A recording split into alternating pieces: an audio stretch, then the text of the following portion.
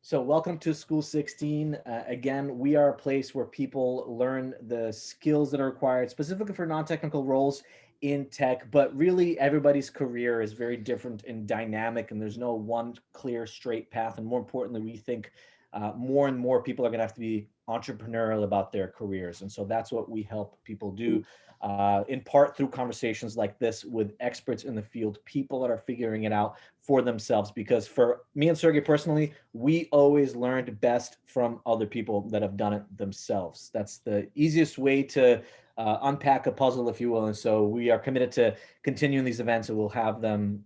We have another one coming up next Monday with the founder of Free Code Camp, who was a director of a school and then started a nonprofit, one of the biggest nonprofits now in the world. And so we're going to continue to have more and more experts. But today we are fortunate enough to have Rishi Mathur, a good friend, who is now a global program manager at LinkedIn. Mhm.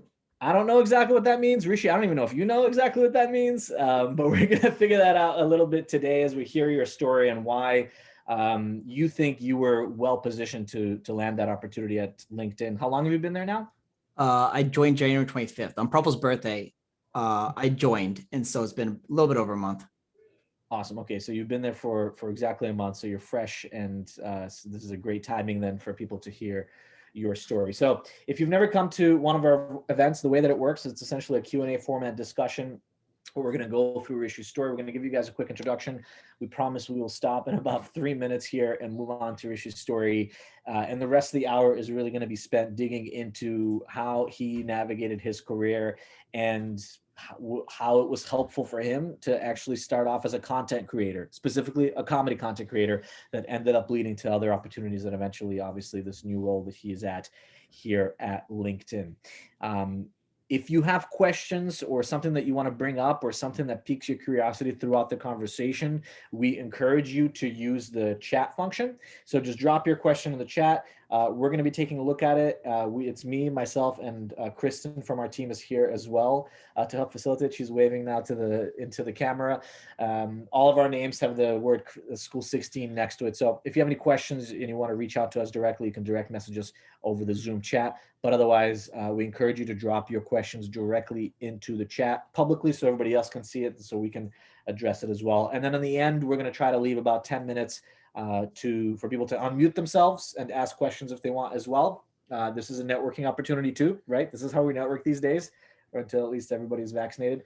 And so this is a great way for everybody to meet each other too. So we encourage, if you can, it looks like some people are already doing this, we encourage you to enable your video if it's possible where you are. We understand it might not be, but if possible, do go ahead and enable it. That way we can kind of see each other's faces, and especially towards the end, if you want to unmute yourself and ask a question, we'd love to see your face as well. And we host these events on a regular basis. And if you follow School 16 on LinkedIn or Instagram at School 16 Co, you'll see some of the content that we put. We want to make these roles more accessible to folks. We want to help you guys figure out how to land them and get into them. But some people want a little bit more structure and they want to learn a little bit more. And for that reason, we created our Technology Career Acceleration Program that we wanted to let you know about. If you're new here, we have actually an application deadline tonight for the 2-month part-time cohort that starts on March 22nd. So just in a couple of weeks, we're starting our next cohort. Classes are about 15 to 20 people per cohort, other professionals that are interested in different non-technical tech roles.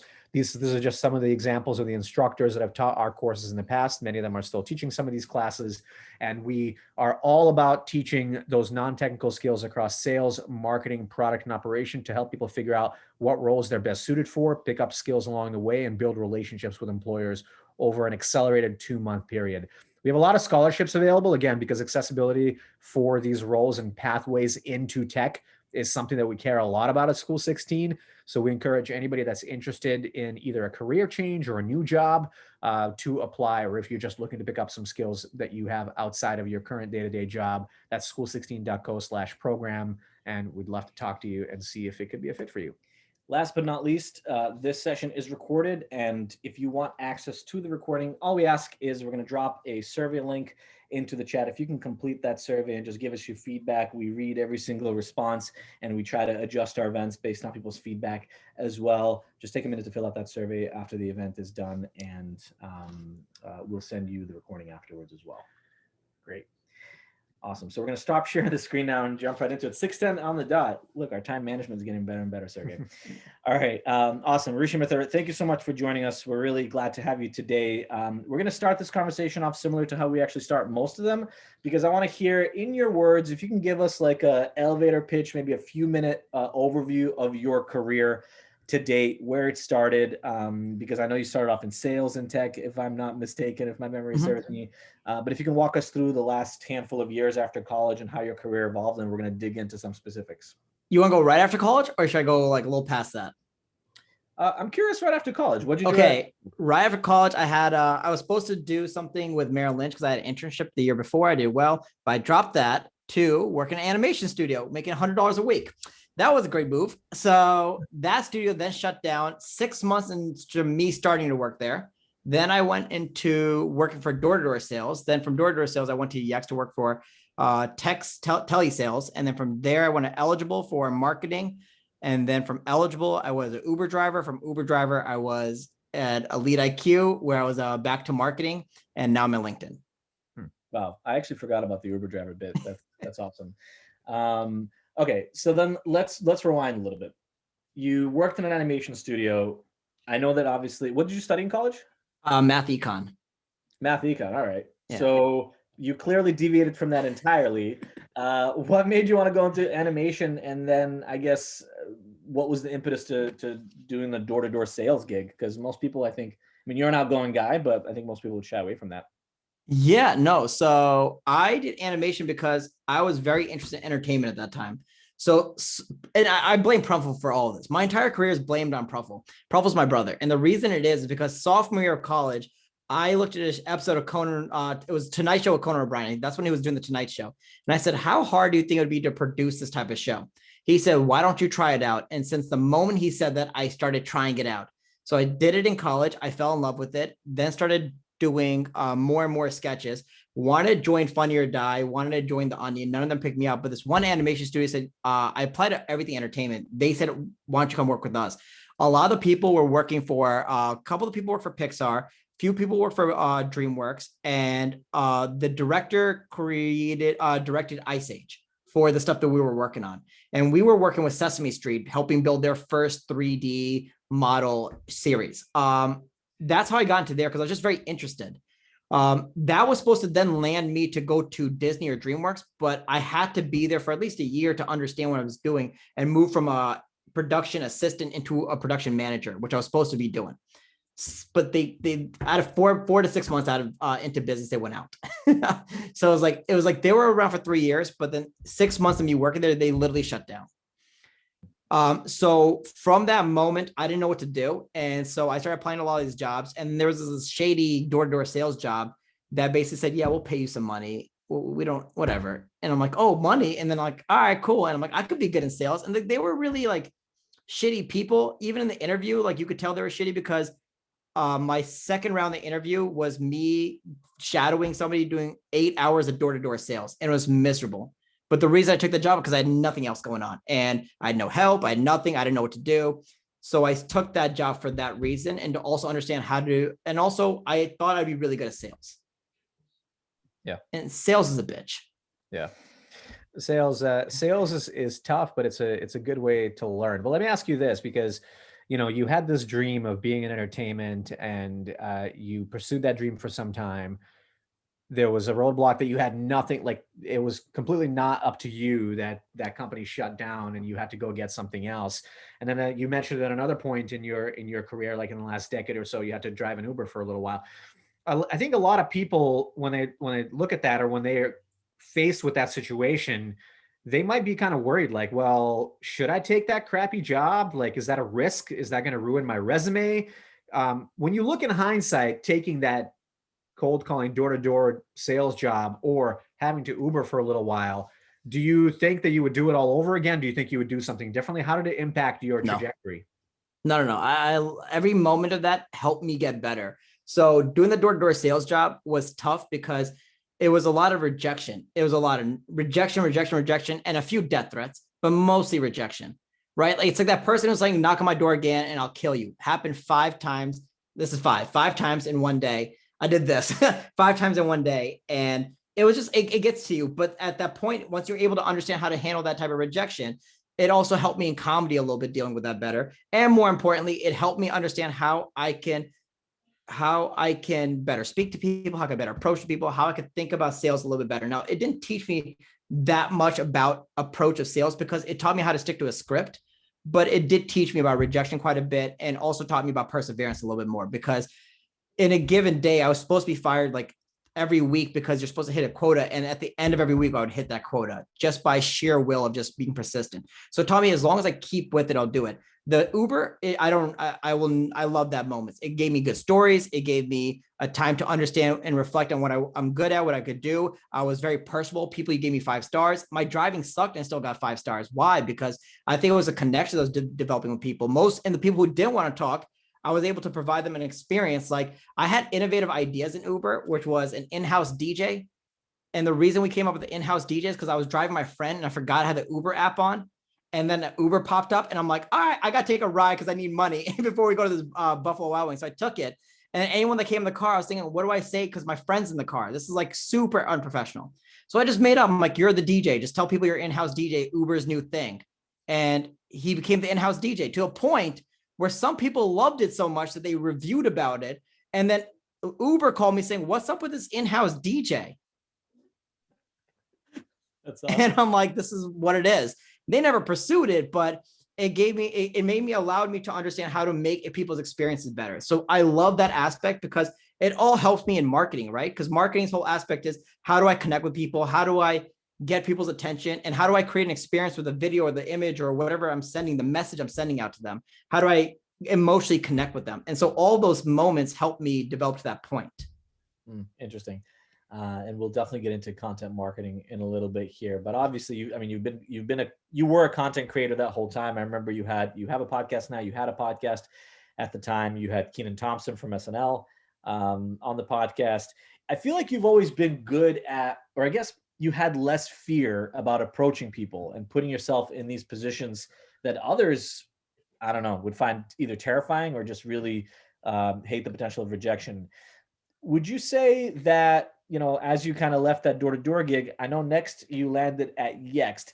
How did that serve you? Because I know Yext is a sales role that was high volume, outbound sales, also a lot more rejection, and a lot of people get burnt out pretty quickly there. What was the biggest learning there and the biggest value? Do you feel like this door-to-door sales thing really helped you get good at that phone sales job?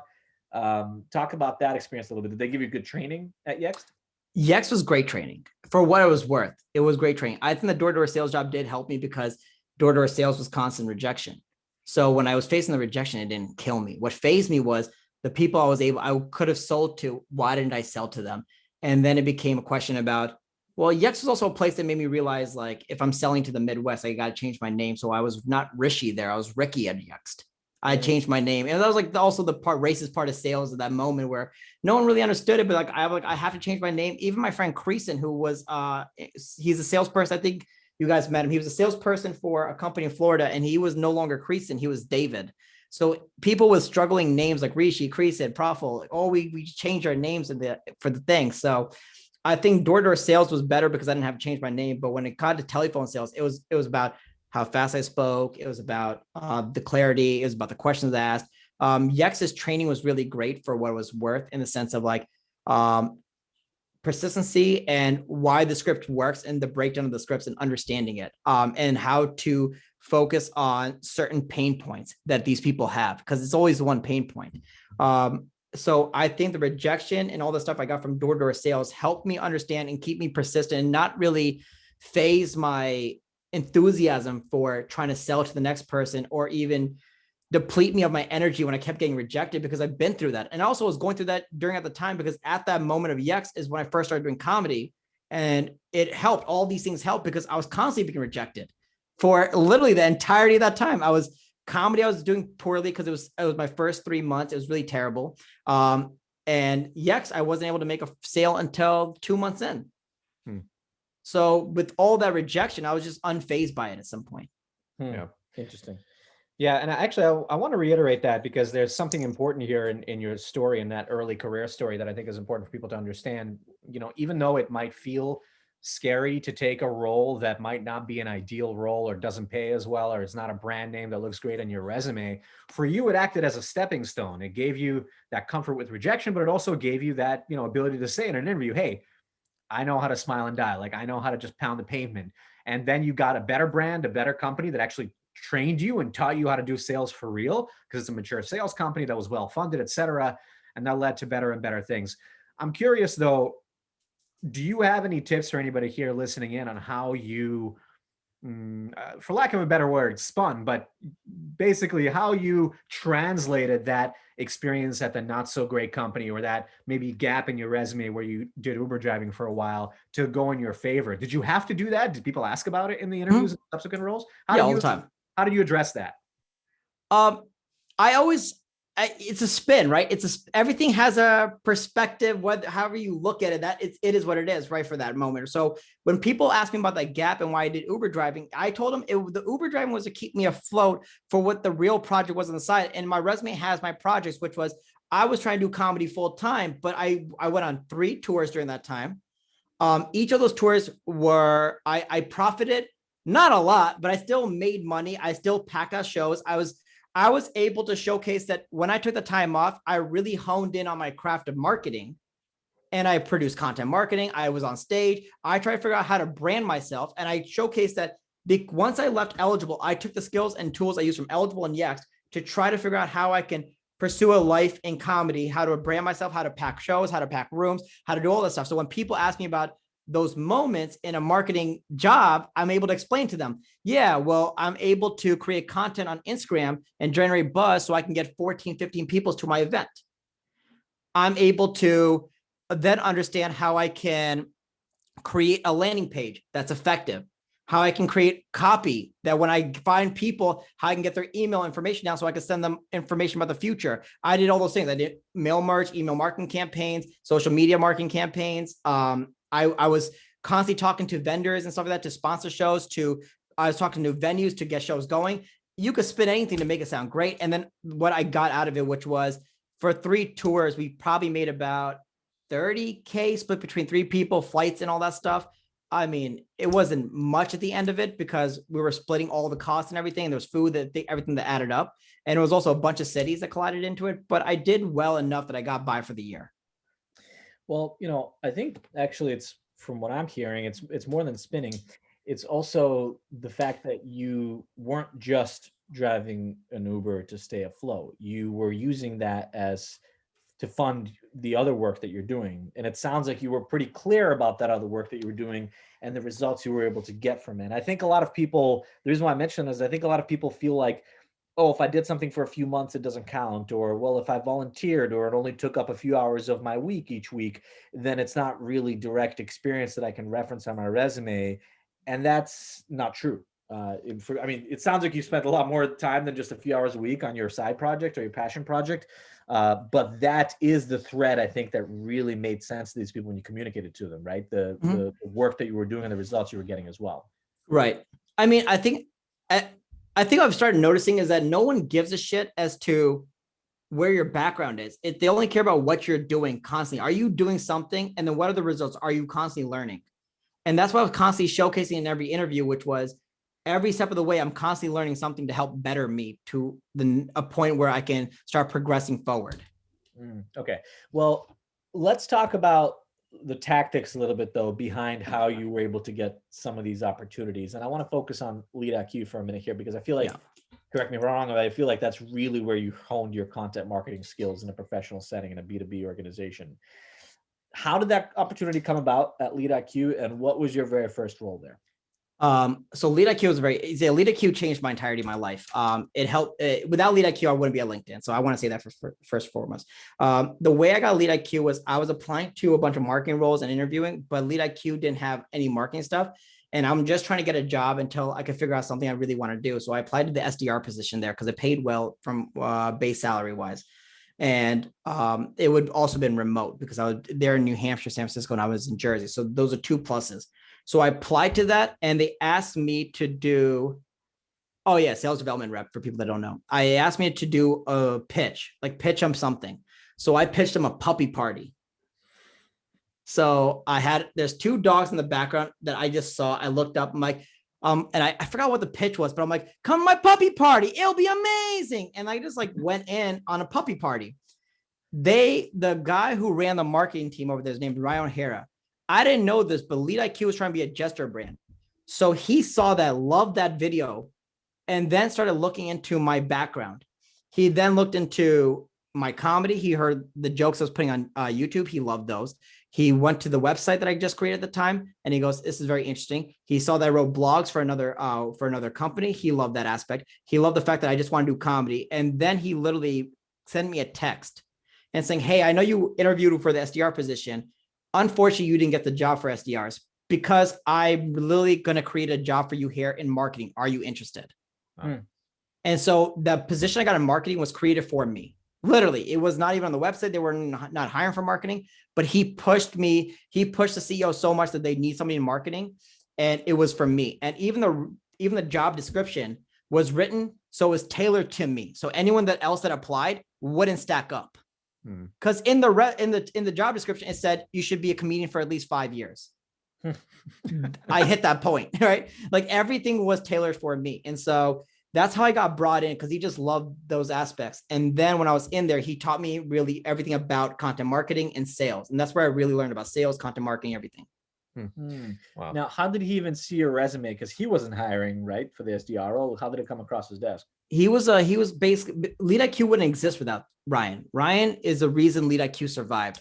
When he was the first employee basically hired that basically took this company from literally a startup and nothing to making at least $300,000, $400,000, $500,000 a year to now where they're about to hit 10 million, right? It was his lead that did it. And he did it because he pushed a lot of stuff on LinkedIn. And so I say that because he may not have been interviewing me, but every process that goes through an interview process, like every resume, goes through him. He has to look at that. Even as for SDR positions, he looks at everything. So he knows who's coming in and the marketing team for Lead IQ, we work very closely with the sales team. So we pull a lot of the SDRs into videos and stuff. So he wanted so anytime they interview an SDR, he looks at them to make sure, is this person suitable to do a video with me? That's awesome. I mean, this is such a great example of the fact that even in a professional world, rules don't really exist, right? Like in that situation, they had a playbook, they knew who they wanted to hire, but you circumvented the rules because you had these other talents that were valuable to them, which is, I think, a really important thing for people to remember. Well, and the fact that all the work that you had been doing up until then, the fact that you had these videos online that people could access, right? The website, all these things essentially added up to being your portfolio, to showing credibility for that very specific problem that Ryan wanted solved, it sounds like. Yeah. So can you tell us a little bit more about the day-to-day then of what a content marketer does? It's different between LinkedIn and Lead IQ. For a startup, for Lead IQ, it was me having to wake up and try to figure out a video to do that day, because our biggest thing for Lead IQ was pushing video content. And so, for example, one day I woke up with an idea of doing an infomercial. And so we figured out a way to involve infomercials within our prospecting. And so we basically targeted like 4 companies that we wanted to prospect with and gain their business. And so we then developed pitches for them. And in the pitch, we created an infomercial, and they're online. Basically, one was called the Drift infomercial. And basically the concept is I would be Billy Mays selling people on Drift, and I would be popping through doors and everything. So we made that video, and then we would put that on LinkedIn, and then have a bunch of people comment and say, "Oh my God, it's amazing." And then tag people at Drift. And we probably get about like 50 or 60 people tagging somebody at Drift. So then it caught Drift's eye. And of the 5 videos we made, we got 4 people responding, and we got opportunities with 4 out of the 5. Wow. The 5th person didn't like it so much. They sued you. And now they're out of business.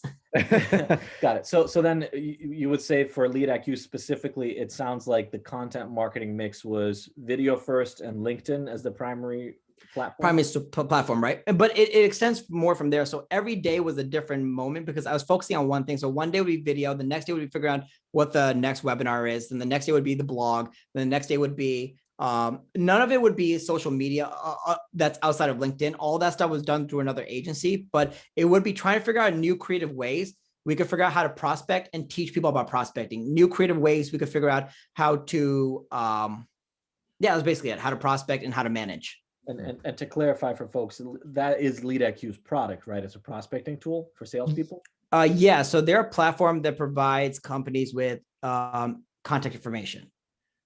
And our tool, the aspect of our tool that makes us different than like every other one, like Zoom Info and all that stuff, is that our integration process, like, so you could find people's contact information anywhere. It doesn't have to be LinkedIn. You could be on their own website. We could find you their contact information. And then that integrates directly with Salesforce, SalesLoft, Outreach, and any cadence tool that you probably have in HubSpot and stuff. And then it also, if you don't have any of those tools, it connects to Excel and Google Sheets. So it can organize it for you directly.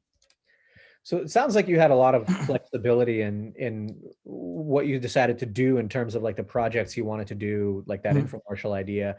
You mentioned you learned a lot from this person at LeadIQ. What would you say are some of the, obviously you're not gonna be able to teach us everything you learned in this call, but as far as like topic areas that really helped you become a great content marketer, what are some of the things you learned from him? Brand archetypes and brand messaging. Focus on a singular message in each of your content and the content. So LeadIQ's message was about adoption. And so how we're able to help you, our adoption process is so easy. We connect with all your, what's it called? Tools, very simply. And so because of that, every kind of post that we kind of do, we kind of try to focus on how LeadIQ will be able to adopt into your sales stack. And so one of the key things was he just told me to focus on the messaging though. And the messaging may change, but keep everything that you do should focus around that message. That was really big for me because then it makes sure that people understand who you are and what you're about right away, instead of them thinking like, I don't understand. Like this guy's putting a lot of different messages. What do they do? Well, what if a company or a brand has multiple products or like different value propositions that they offer? What do you do in that case? How do you stick to one piece of messaging? Well, I look at it this way. Nike has a bunch of products, right? But they still stick to one messaging tool. It's that you could, if you wear our stuff or you have our products, you can go and try to achieve the impossible with confidence. Right. And so we had a bunch of products, but all the products that we had, we were trying to figure out what that messaging was for all these products. No matter what you're doing on our site, we have one message to do. And it started changing over time, but it really became about efficiency. We are making you more efficient. And because our other tool that we had that wasn't understood was me and Ryan, which is we teach people how to prospect properly. That was our hidden tool, which was we were educators. But we never said that because it would get away from the actual product. So the product was ease of use and ease of integration. And then the supplement would that be is because you get all that, you're also going to get analytics that we have for us. And more importantly, you're going to get our teachings on how to be a better prospector. See, that's helpful. Thank you. So I could definitely see how Ryan and the LeadIQ team like saw you as a content creator, as a person who knows how to like create content and interesting content that people want to engage with from scratch. And that's why they hired you at a startup. What about LinkedIn? What made you and your background attractive to LinkedIn and what they're trying to accomplish? Because the job I was doing at LeadIQ is the job they wanted me to do in LinkedIn. Exact job. So LinkedIn LeadIQ basically hired me because I was a comedian, and then LinkedIn hired me because I was a comedian in the business world. Now, because of LeadIQ. And LeadIQ helped me push me to that. So at LinkedIn, they wanted to do videos like Sales the Musical. Sales the Musical, people don't know, I can't explain it, but we wrote a rap. We did like a musical trailer for Sales, and there was like small parts. It's on a website. And then we also did a rap for the industry. It was dumpster diving the CRM is what we called it. And the whole concept is your CRM is filled with clutter and nonsense. How do you get rid of it all? So we did stupid videos like that, but that's what they want. So LinkedIn has these like competencies and all the stuff they work off of, but more importantly, they just wanted to add humor to their seriousness that they've been doing so far. Okay, so you really carved out clearly a niche for yourself here where they see you as that person who could step into that role. How did you get that opportunity initially? How did you get in front of them? Okay, so my fiance found I was at the time I was trying to look for new opportunities so I could leverage it against Lead IQ to increase my salary because there's a hiccup over there. And so she found an opportunity at LinkedIn. I never thought I was going to see it. I just applied for it with the resume that we created, and a person reached out to me saying, "Let's talk." And this was like 5 days after I sent the thing in. So in my resume, basically the way I formatted it was I looked at the job description and found key things they wanted for it, and I put that into my resume. And all the stuff they were looking for is things I was doing. I just started using their vernaculars and put that into my resume. So when it goes through their process or however it goes through, I come up. What would you? That's really smart, and I would say for anybody that's applying for opportunities, that's like the really low hanging fruit. You should do that. Also, part of the reason why it helps to change the messaging on your resume or cover letter, depending on the opportunities that you're applying to, especially if you're looking at a broader set of opportunities. But adjusting the messaging to fit the role you're looking for is really easy low hanging fruit to increase chances of getting an interview. Can you share, if you can remember, and you probably can because it just happened?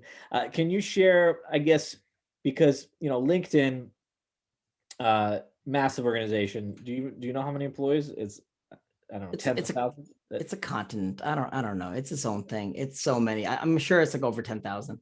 Yeah, it's too big almost. So LinkedIn, massive organization. Lead IQ, obviously a startup, right? What would you say was the most challenging part of the process as you were going through the motions with LinkedIn? Maybe it was a specific question or interviewer throughout the process. What was the hardest part, and how'd you get past it?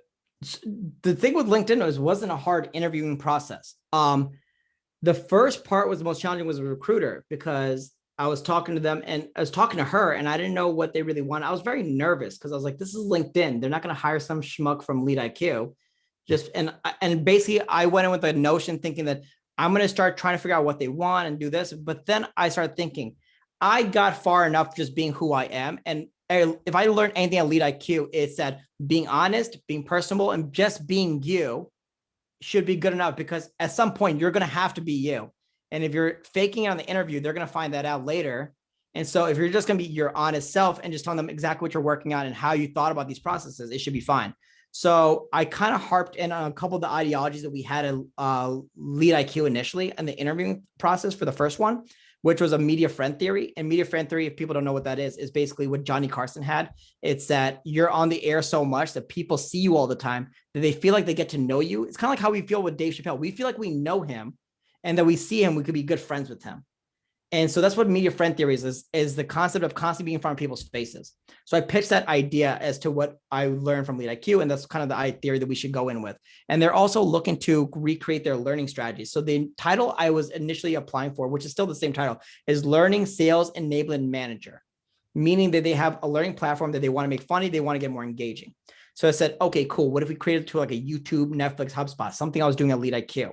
And she liked that so much that before the next interviewing, she would send me a list of questions the next interviewing person might ask me, and then told me if I have any questions to call her. And I would call her maybe 3 hours before the actual interview, and she would go for about an hour with me and walk me through how I can approach things, how I could answer questions. And so they basically held my hand every step of the way. And after I interviewed with the second person, then she and the recruiter helped me for the third interview. And then the third interview was 2 people. Once I was done with that, once they both liked me, then both of them plus this interviewing from the second, my manager and the recruiter all came together to help me for the 4th interview.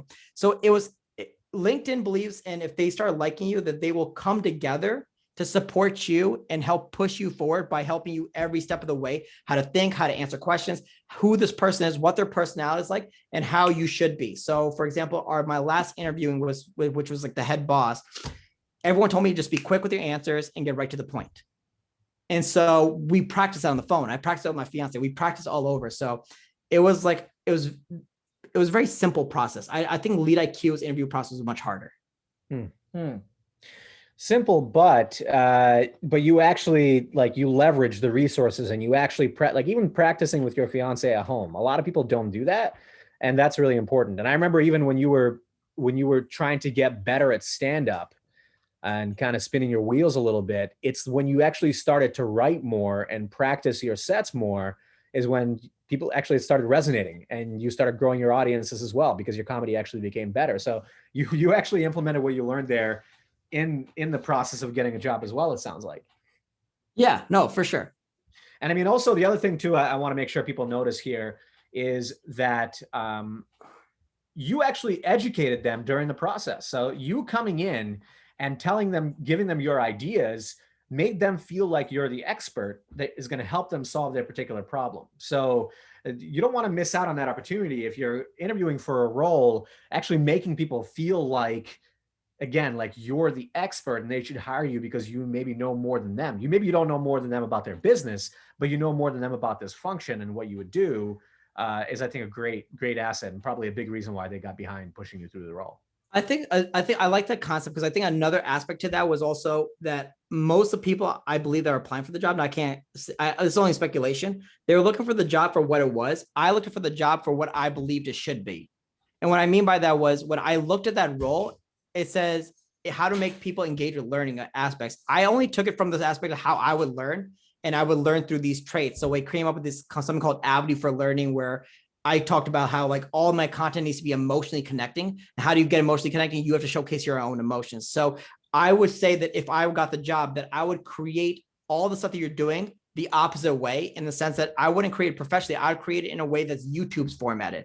So people could search things up, and then every video that comes up is an emotionally charged video about a topic, and everything comes through an emotionally charged state, and it has value, but it also it's entertaining. It's not just there. And so I think that resonated with them more because I think everyone else came in was just like, yeah, we could tweak this up and we could do this. And that's how people learn. And they would think about it as a classroom setting. I thought about it outside the classroom setting. Wow, that's so interesting. That's actually a very quotable thing that you said earlier. Not just telling them what you think they want to hear, but actually, being really forward with how you believe as the expert things should play out. Because oftentimes when people write that job description, they're thinking about it through their own lens. But if they're bringing somebody in like yourself that has experience in that field, you are essentially the leader, the thought leader, and the person that's ultimately going to help solve the problem, not only through doing the tasks that they think you need to do, but by reprioritizing them and telling them how it should be in order to have more impact. I think that's great. That's probably why they hired you in the end of the day, because they felt like nobody else was doing that throughout the interview process, it sounds like. So I'm wondering, because you said, and by the way, folks, we have about 10-15 minutes here. So please do type your questions for Rishi into the chat. It could be anything about, about content marketing, about getting a job, about interviewing, it's whatever you want to ask him about.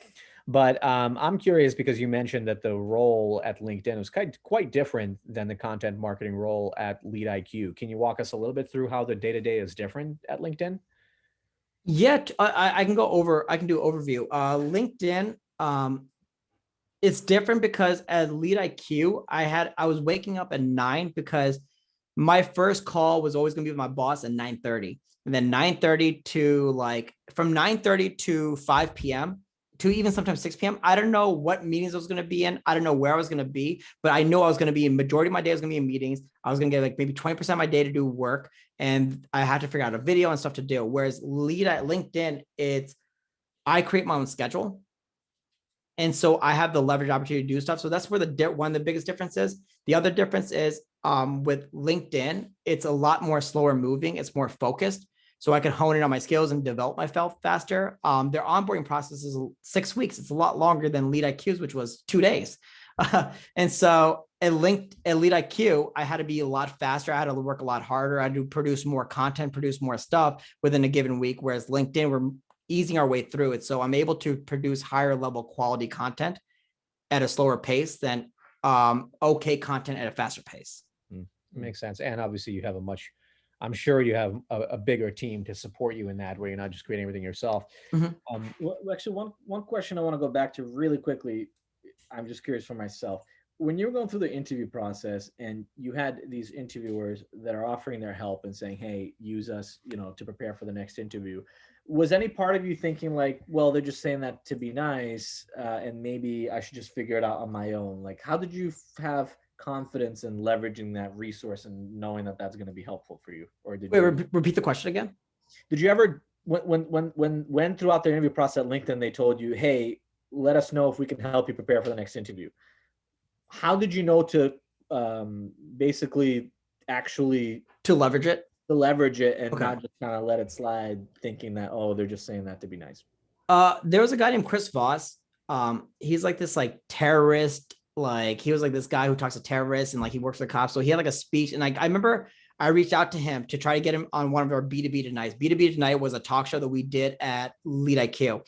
And so he once said in a statement, which was before he became like an interpreter or whatever he was, he went to a person who was one, and he asked her, how could I be this? And she gave him advice, and she said, and he followed that advice, and he came back to her and she goes, I can't believe you followed it. And I realized in that moment that if somebody is giving you an opportunity and a resource or whatever it may be, just take advantage of it. Because if you don't take advantage of this because of pride, ego, maybe just like underconfidence, like how they would feel about it, then you're missing out on opportunities. I'd rather them tell me to go F myself or screw off than for me to just miss an opportunity that could have been, right? And that's what I got from Chris Voss's talk on that.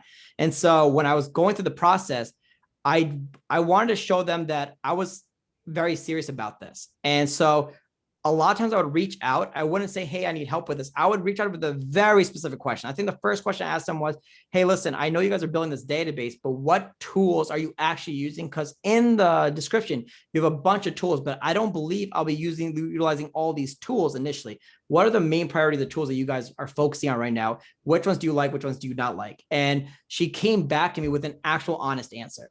And that's and I really needed to know that, because to move on to the next round, I wanted to showcase to them, I'm actually learning. I'm trying to learn as much about their company as I possibly can from each individual person I'm interviewing with, so I can get a bigger scope of the picture of my job, what the organization is. And therefore I could showcase by the end of the interview how I believe the mesh should be between the job, me, and the company. I love that. And it's so spot on where people, it seems like something so simple. You ask for advice and you follow it, and then you let the person know, you demonstrate that you followed it. And it makes them feel that much more like valuable to you and wanting to continue to help you, which is awesome. By the way, did you get Chris Voss on your show at Lead IQ? No. I was in talks with him of doing it, but I was never able to pull the trigger. And by the time, I'm pretty sure if I stayed at Lead IQ probably till like April, I would have done it. Because I know I had him on the hook in early January. Well, the fact that he replied to you, if you guys don't know, Chris Voss was the #1 FBI hostage negotiator in the country. And he wrote a book called Never Split the Difference. And I think a lot of folks on the call actually have heard of that book because we mentioned it in class. So very cool. Anna has a question here. What was the hardest part in transitioning to such a large organization like LinkedIn, and how did you overcome it? I'm still overcoming it. The hardest part is learning the vernaculars. So LinkedIn has like a lot of sales vernaculars that they made up that's only internally used. And so like, I'll give you an example. The EMEA, right? That's like used everywhere. They call it namer. So when they kept saying namer, I'm like, huh? And then they call it like APAC and all this stuff. So it's internally used terminology. That's really tough for me to even get through now because they have so many acronyms and I'm still learning. The other thing is when you're working at a startup, it's kind of like free for all, depending on the culture they develop. Like mostly all startups I worked for were, I don't know why this was, but they were more guy centric in the sense like majority of the people that were first initially hired were guys. At a company called Special Needs Wear, it was mostly dudes until a year in where we fired their first female person. And then the conversations changed. At Lead IQ was mostly males. The entire marketing team was males. The entire sales team was males. So the way that we were able to converse was just like guy talk, right? And then it was like bro type of, it wasn't bro culture, but it's like bro type of talks. And then you hire females. So now I'm working on LinkedIn. It's 100% female driven. Out of every 5 females, there's 1 male I see in a meeting. Most of my meetings have 2 males, me and another person, and the rest are females. My boss is female, all the people I work with. So the hardest part was adjusting was to get rid of some of like the humor that we're using at Lead IQ for so long in these meetings and not tell myself, oh, I shouldn't be saying those things, right? Because we're saying such outlandish things at these startups just to get by, just to laugh and stuff like that. And so I know this is crazy to say, but it was a thing to figure out, which was how do I now, I'm in a larger organization. I'm sure people here are going to be more sensitive to some of the stuff I'm bringing up. How I should really think about carefully about the things I say and how I phrase them. And if I'm going to make a joke, think 3 times before I make a joke, because at Lead IQ, I can say a very dark joke and get away with it. At LinkedIn, if I do the same dark joke, I'm probably going to get fired. Well, and it's an adjustment, and also doubly difficult for a stand-up comedian to hold back. But at the same time, like, yeah, you have to, you realize that once your position changes, your influence changes, you have to kind of adjust your dialogue too. I had a former boss, actually a woman who taught me a lot, that I was reporting to, that I gave him one of my first talks, public speaking talks. And I said something that it wasn't very insensitive. It wasn't a big deal, but it was just like a word that I threw out, that someone didn't like. And they complained about me behind my back to my boss. And she talked to me and she said, look, you know, it's not a big deal what you said. I know it wasn't like you didn't mean anything by it. But if you're going to be talking in front of a large group of people and you have a stage to talk in front of a large group of people, you should be more sensitive about the words that are coming out of your mouth, and you should control it more. And you know what? I've followed that advice ever since. It's been like 4 or 5 years ago, and it's never happened to me since then. I've given a lot of talks since then in public because it is important. You have bigger impact, bigger reach. You affect more people. You should adjust your dialogue. So props for you for doing that quickly over time, but I'm sure you'll let something slip because you are a stand-up comic after all. Yeah, things do slip. But here's the thing. The great thing about LinkedIn is that I'm never going too far over the edge. So like I did one thing where I was creating a sketch, and a part of the sketch was we had one of the people who we're doing this with, she's a mom. So I had her in the kitchen cooking and then saying something to the camera. And then I got feedback saying, hey, are you putting her in the kitchen because she's a female? And I'm like, no, my mom's in the kitchen all the time. I'm just taking perspective. I don't know. I thought it'd be funny if kids were running around, you're cooking, and then you look in the camera and say, let's get ready to rumble. I thought that was funny, but I'm like, it had nothing to do with it. So they had a conversation with me. Like, we were trying to break stereotypes here. We're trying to do this. And I was like, oh, okay, gotcha. So like, they're okay. They understand people make mistakes. And that's the greatest thing about it. Oh, that's great. And it's a good learning opportunity for you as well. Awesome. So Nick asked if you could do anything differently once graduating college. What do you think would be? Quite open-ended, but I'm going to leave it at that. Nick's original question. Anything you would do differently if you could? Yeah, I would do stand-up right away. Yeah, why is that? I think I got into stand-up too late, in the sense that like I got into it when I was like 25, 26, when I first met you guys, when I was like kind of dealing with you guys. I remember watching you guys perform when I was like 24, 25 for the first time. And I thought it was really cool. And I was always nervous doing it, but I should have done it because I think the road to me and stand-up comedy and my comedy career would have been a lot smoother, in the sense of like, I would have went through all the hardships earlier than now. And then by the time I hit 30, I would have had at least 10 years in the game where I'm able to take advantage of it. Because what happened is now I'm 5 years in the game and COVID hits. So now I've got to readjust. Whereas I could have had something before because I had a momentum going. Mm-hmm. I could have done a lot of things earlier. Plus, I would have learned a lot more. Comedy teaches you a lot. I think actual performing live performances teach you a lot about, networking, teach you a lot about how to connect with people. I think if I had that in my back pocket, I would understand how to go in interviews better. I would how to handle my jobs better, how to take how to be a better salesperson in person, door to door, on the phone, how I can make my work at Eligible a lot better and funnier, thinking about those things differently. That's the one thing I just wanted to start. I should have done stand-up way earlier. It was just what I should have. Well, you know what? And for everybody else here on the call that's not a stand-up comedian, it could be anything. What you're really talking about here is a creative pursuit, or creating something from nothing. Like when you were doing stand-up comedies for my events, I started hosting those events for two reasons. One is Vadim and I wanted to have more of an excuse to play music, and we wanted to have a stage in New York to play music.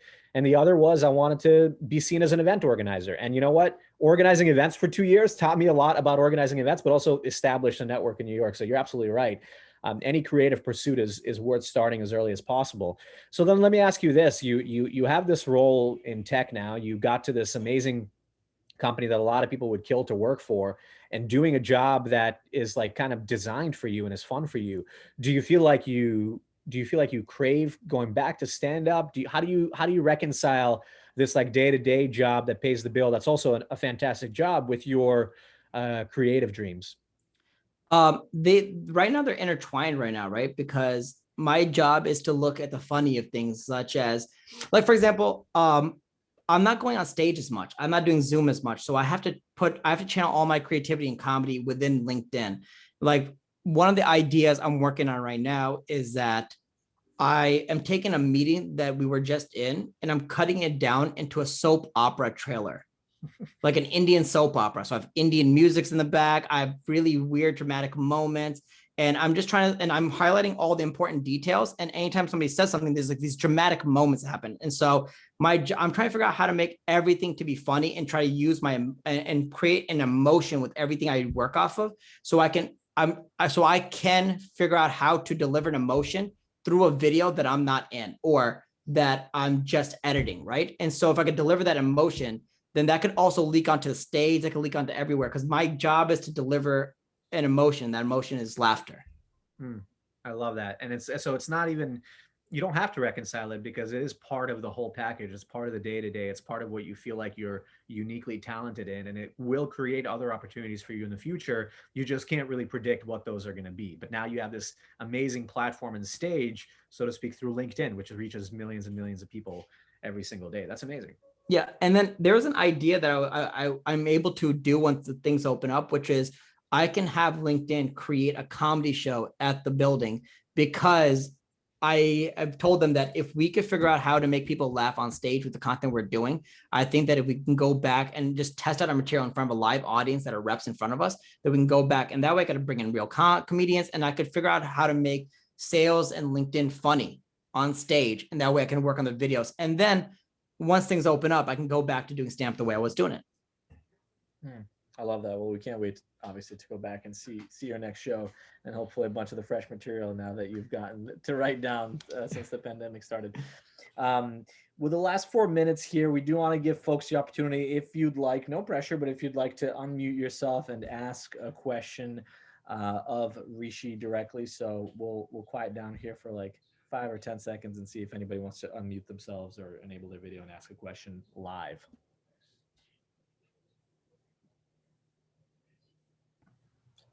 Hi, Rishi. Can you hear me? Yes, I can.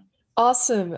So sorry, I'm here in Long Island at a farm, which is in our family's place. So I'm in wherever, but it's fine. Thank you so much for being here. I just have a second question, which I hope you don't mind me asking, but what would you say is your favorite part of your job and least favorite part of your job? And secondly, how do you see yourself in the next 5 or 10 years?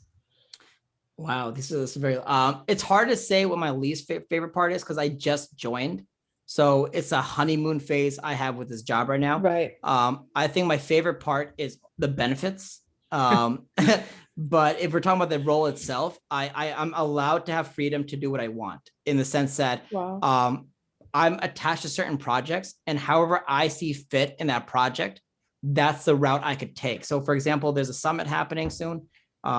I can't go into details about it, but my job for the summit was to see how I can make videos that are funny, and how I can make the summit a little bit more lively and funny, because it's virtual for the first time. So that's kind of like what I love about the job so far. I don't know what I hate yet. The honeymoon phase. It's a Right. beautiful thing. It's a beautiful thing. It's great. And then 5 to 10 years, I don't know, 5 to 10 years. I always thought myself I was going to be on SNL, but that may not happen in the next 5 to 10 years. So It may. it could, Yeah. right? So I have 2 futures I envision. Future one is comedy takes off, and I'm able to pursue that on stage and do either be in a sitcom or whatever it may be. But the other aspect is 5 to 10 years, I'm in this job as director level, trying to figure out how to make this entire sales space and learning into like a YouTube platform where it's entertaining, it's engaging. We teach salespeople to combine their passions with their selling, and really take their job to the next level. And that's kind of like an idea I have with, and also at that point, I'll probably have a family. So we'll see what happens. That's amazing, Rishi. Thank you Yeah. so much. That's great. And you are creating, for yourself, Rishi, you are creating an opportunity for, any of these pathways to come to fruition, which I think is great. You're creating options for yourself. And I think that is really important. That's great. Well, that's a fantastic note to end on. I'm very confident, Rishi, if not SNL, something else. You're going to continue to do comedy. Clearly, you're going to start back on the stand-up route when we're back in person here. And if anybody's here in New York, follow Rishi. Do you want to give out your Instagram? Let's see where people can follow you. Yeah. It's King Mathur 23. I'll type it in the chat. That's my Instagram if you guys want to follow me there. And if you guys, I have a podcast. I don't know if this relates to anyone, but it's like a BS bullshit podcast I do. It's called Guilty Conscience. It's just me and my co-anchor Alex Payne. We just talk about our thoughts in life, and we're still trying to figure out the podcast itself, but it's going places. So slowly and surely. And yeah. Well, most importantly, you're continuing to be a content creator, I think. And, you know, as Kristen just mentioned in the chat, your passion and everything is very clear in your voice. And I think that's what helps you stand out as well. You're always excited no matter what, you know, even through the times where things aren't maybe necessarily going in an ideal way. Looking back now, you're able to see how that has been additive to you. And I think everyone can learn from that because, you know, not everything goes according to plan all the time, but you can definitely, in retrospect, see how it helped feed into your story now and into your story in the future. So I think a lot of people can learn from your experience. So thank you so much for sharing that with our group today. Yeah, and then Sherry had a question. If you're still interested, I could talk to you later. You ping me on LinkedIn. I'll answer your question there. Awesome. And he has to accept your LinkedIn request now because he works there, and they deduct money from his paycheck at any person he doesn't accept.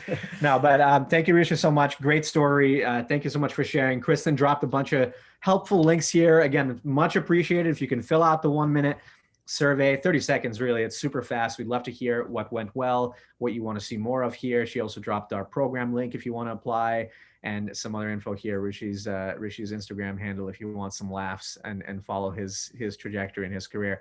Thank you so much, Rishi, and thank you everybody else for joining us here today. And we'll see you next Monday. Cheers. Thanks, folks. Bye, y'all. Thank you.